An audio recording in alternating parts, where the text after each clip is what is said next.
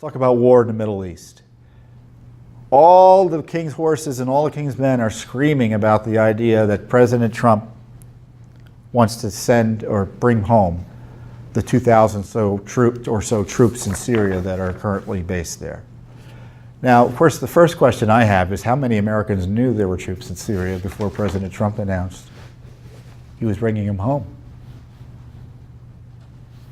How many Americans knew there were troops there? And even more importantly, how many Americans knew what their goal and their mission is? And I guarantee you, not too many, and I guarantee you, just as few commentators and politicians criticizing the president for wanting to do what he's generally promised, is to pull back the U.S. from these endless wars that don't protect our national security by his lights. They didn't know what was going on there in Syria either. And I guarantee if Trump was trying to increase troops in Syria, they'd probably oppose him. Tries to pull them out, they're going to oppose him. But you know, I have the facts on Syria here that you may not know about.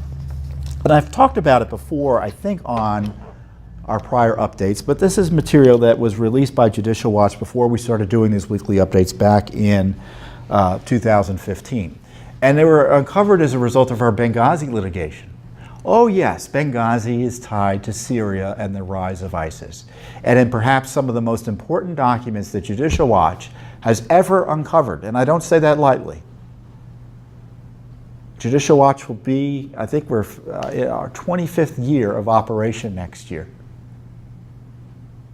So these documents are real important. They show two things. They show that the Obama administration was well aware that arms were going to Syria, the conflict in Syria, out of Benghazi.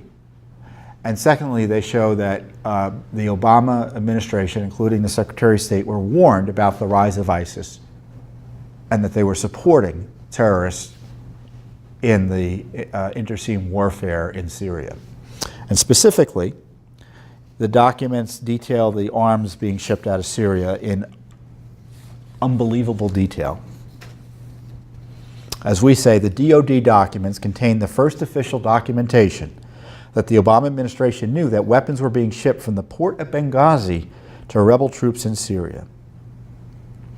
An October 2012 report, this is a report a month after the terrorist attack on our special mission compound that Hillary Clinton and Barack Obama all lied about.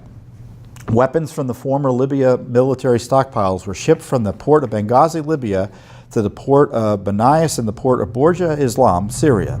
The weapons shipped during late 2012 were sniper rifles, RPGs, and 125 millimeter and 155 millimeter howitzer missiles.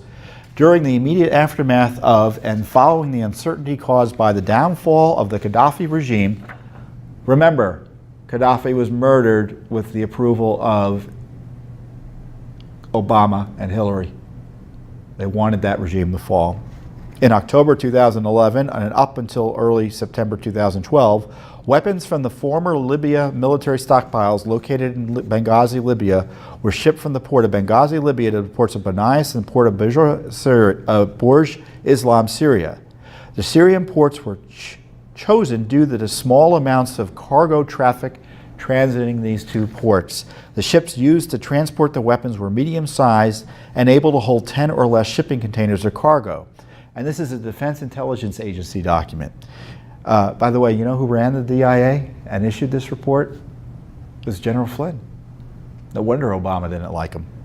The weapons shipped from Syria during late August 2012, I said where I described the weapons, and they get into the numbers. The numbers for each weapon were estimated to be 500 sniper rifles, 100 RPG launchers with 300 total rounds, and approximately 400 howitzer missiles.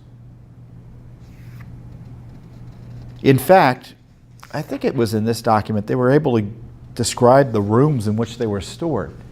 So what's unclear about this document is who was doing the shipping. Because many have alleged it was done with U.S. Obama administration support. Certainly the level of detail suggests that they were in a position to stop it in the least. But we'll see. Just wish someone would ask some questions on that, huh? Another DIA report shows that in August 2012, the same period, the U.S. was monitoring weapon flows from Benghazi to Syria. This report said the opposition in Syria was driven by al-Qaeda and other extremist Muslim groups.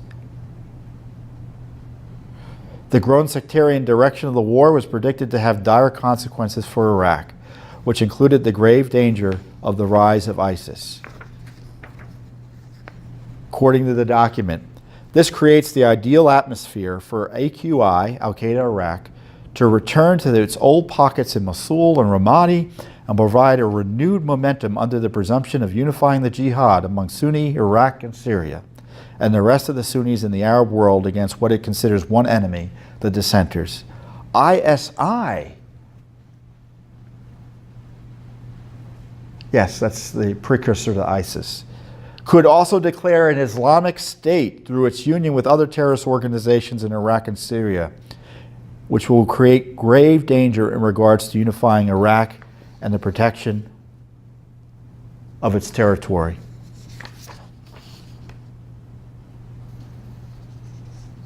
And one of the warnings was heavily blacked out. One such consequence would be the renewed facilitation of terrorist elements from all over the Arab world entering into the Iraqi arena. The DIA document demonstrates that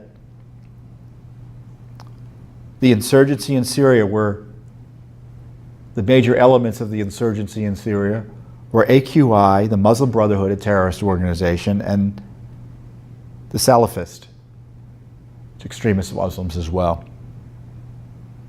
The West, Gulf countries, and Turkey support the opposition. So you were supporting the opposition. AQI.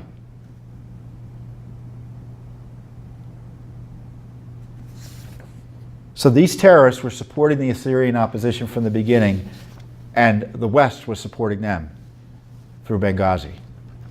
That's how I read all of this.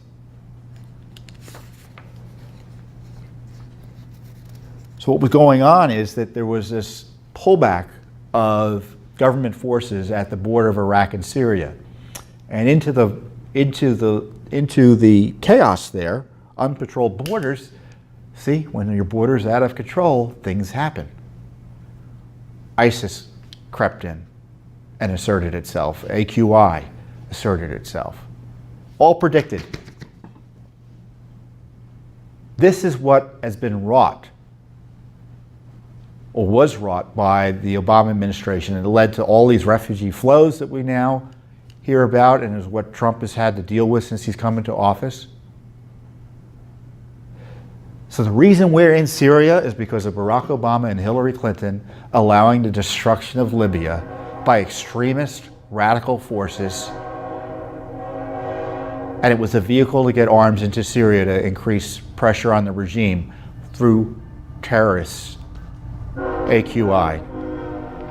It's that time of day for the trains, excuse me. So, you know, I put this document, we'll put the link to this document in our materials here, but you gotta educate yourself on this, because the media is not going to talk to you about Syria. So now we're going to hear all these armchair experts say why we need to be in Syria, and I don't want to get into that debate here. You can imagine what I think. So the truth is out there for those of you who want to find it, and it's because Judicial Watch is doing the work to get it for you. And as I said, this is critically important information. It confirms the downfall of Libya led to the rise of ISIS, and it shows that arms were going into Syria out of Libya, and the Obama administration knew about it and didn't do anything to stop it.